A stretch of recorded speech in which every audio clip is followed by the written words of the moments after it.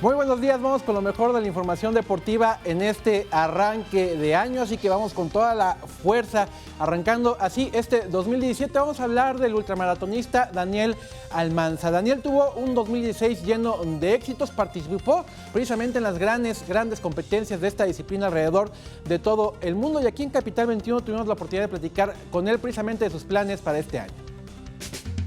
Este 2016 fue un gran año para el ultramaratonista mexicano Daniel Almanza, quien logró uno de sus mayores sueños, después de 3 años de planeación y preparación, competir en las 4 carreras más desafiantes del mundo: el Desierto de Sahara, Gobi March en China, Atacama Crossing en Chile y The Last Desert en la Antártica. En exclusiva para Capital 21 nos platicó su experiencia. Cada carrera tuvo una particularidad, una emoción.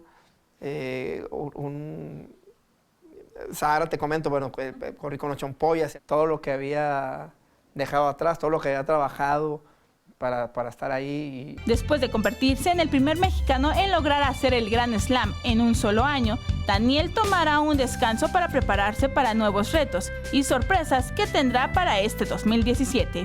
Siempre he tenido como los pies en la tierra, aquí no se ha ganado nada. Una persona, incluso una vez antes de que empezara eso, me dijo que yo no había logrado nada, ¿no?